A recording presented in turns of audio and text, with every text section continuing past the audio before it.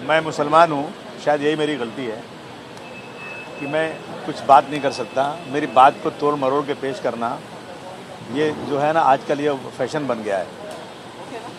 वो कत्ल भी करते हैं तो चर्चा नहीं होता, हम आ भी भरते हैं तो हो जाते हैं बदनाम। मैंने 50 बार ये कहा है मुसलमानों को, ये तुम्हारे जितने टीवी वाले हैं ना कभी दिखाते नहीं हैं। ये टीआरपी ढूंढते हैं कि कैसे अच्छी बात तो नहीं दिखाने का है, ख़राब बात दिखाने का है। मैंने कहा मुसलमानों को कि हमारे पैगम्बर प्रॉफिट ने कहा है कि अपने पड़ोसी का ध्यान रखना है। अगर तुम मुसलमान हो, तुमको ईश्वर ने, अल्लाह ने इतना कुछ दिया है कि तुम बड़ी शानदार ज़िंदगी गुजार सकते हो, लेकिन तुम्हारा पड़ोसी भूखा है, तकलीफ़ में है और तुमने उसका ख्याल नहीं किया तो तुम मुसलमान नहीं हो। ऐसा नहीं कहा कि पापी हो, कहा तुम मुसलमान ही नहीं हो।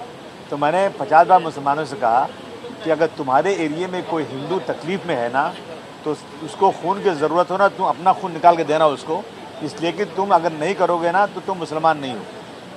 किसी टीवी वाले ने दिखाया, कोई मीडिया दिखाने को तैयार ही नहीं, क्योंकि अच्छी बात है ना ये। अब मैंने ये कह दिया कि ट्रैफिक जाम हो रही है, मुझे जाना था शोलापुर, तो उन्होंने कहा जल्दी जाओ जल्दी जाओ। मैं शादी में गया, खाना भी नहीं खाया मैंने कि जल्दी भागूँ मैं।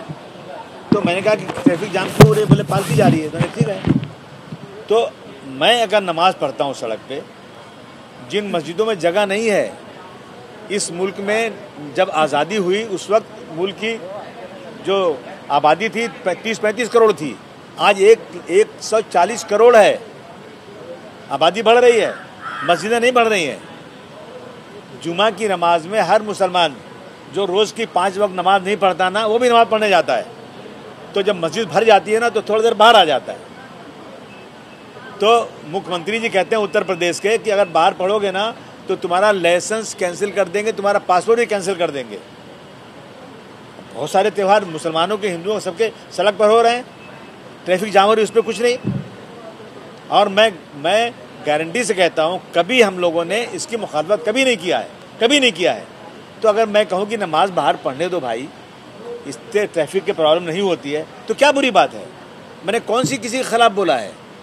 इसको इशू बना करके वोट बैंक बनाना बंद करो। ये सब नीची हरकतें, वोट बैंक के लिए इंसानियत को ख़त्म मत करो।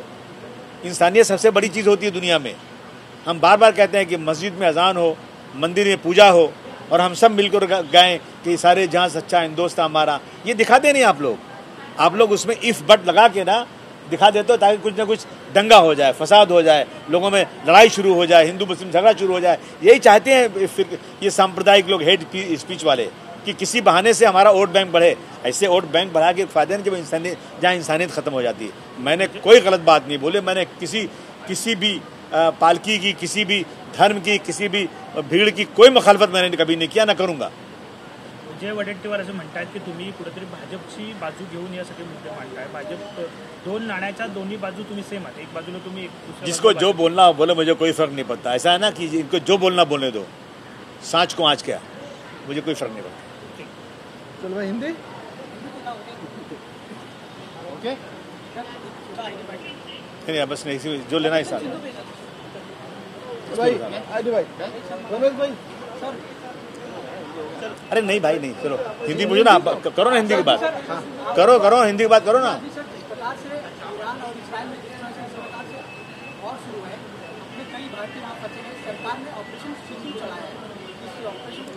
होना ही चाहिए बिल्कुल। हमारे देश के नागरिक जहाँ भी फंसे हों, चाहे ईरान में फंसे हों, चाहे इस वक्त इसराइल में फंसे हों, हमें कोशिश करके उनको लाना चाहिए। मैं सरकार का आभार प्रकट करता हूँ कि सरकार अपने भारतीयों को ला रही है, बहुत अच्छी बात है। सर, वहीं कांग्रेस के नेता हैं मालेगांव से, औरंगजेब को लेकर बयान करने कहा कि औरंगजेब जो बहुत ही पवित्र इंसान थे, उनके बयान को कैसे देखते हैं? मुझे अगले सेशन में बैंड नहीं होना है भाई। मुझे अगले सेशन में अपने एरिया के लिए कुछ डिमांड करना है, बजट मांगना है। मैं बोल करके क्या फिर वापस आप मुझे निकाल देना चाहते हैं? नहीं, मैं अभी एक कपड़ा ला के मुँह बांधने वाला हूँ। लगता है कि यहाँ बोलने का अधिकार ख़त्म हो गया है। मैं कहूँगा संविधान में एक बदलाव कर दो कि किसी मुसलमान को जायज़ बात करना मना है। सच्ची बात नहीं कर सकता वो आदमी, हिस्ट्री के पन्ने को पलट कर नहीं बोल सकता। कर देता हूँ मैं, बंद कर देता हूँ बोलना मैं। विधान भवन में एंट्री के समय मुंह पे पट्टी बांध के एंट्री की जाएगी। करेंगे, ऐसी कर लगता है कि करनी जाएगा। ऐसी हालत होगी जब सच्ची बात बोलो तो उसमें इतना बड़ा बवाल खड़ा हो जाता है। और मैं एक टीवी में एक छोटा सा देना चाहता हूँ, बोले कई लाख रुपया लगता है पब्लिसिटी के लिए, और साला मेरी पब्लिसिटी इतनी कर रहे हो उतनी कर रहे हो, चारों तरफ मेरे बारे में सब गलतफहमी पैदा हो रही है। सर ईरान के जो राष्ट्रपति है, जिस प्रकार से वॉर शुरू दोनों देशों के बीच, ईरान के राष्ट्रपति ने प्रधानमंत्री को फोन करके लगभग 35 मिनट तक बात की है। तो कहीं ना कहीं ये दर्शाता है कि प्रधानमंत्री का जो जलवा है कैसे कहीं लोहा पूरे देश में। अरे वो भारत के उनके दादा भारतवर्ष के थे। ईरान के प्रधानमंत्री के दादा बाराबंकी के थे, तो भारतवर्ष से मोहब्बत उनको है ना, होना भी चाहिए। सर महाराष्ट्र सरकार ने एक जीआर पास किया है जिसमें बोला है कि सोशल और पॉलिटिकल जो केसेस हुई है 31 मार्च 2025 के पहले, उसको सबको जो है खत्म किया जाए। अरे मैं भाग आज ही मैं गया था मिलने अजित पवार साहब से कि एक केस हुआ, पानी नहीं आ रहा था, उसका आंदोलन हुआ 10 साल 12 साल 15 साल पहले। कोर्ट में जाओ तारीख पढ़िए, कोर्ट में जाओ तारीख। अरे क्या मजाक बना, एक ने बैनर लगा दिया, बैनर नहीं लगाना चाहिए था, केस हो गया उसका, 15 साल से केस चल रहा है। ऐसे केसेस अगर चलेंगे तो कोर्ट में टाइम कहाँ से मिलेगा। तो ये सरकार ने अच्छा कदम उठाया है, बिल्कुल केसेस खत्म होना चाहिए।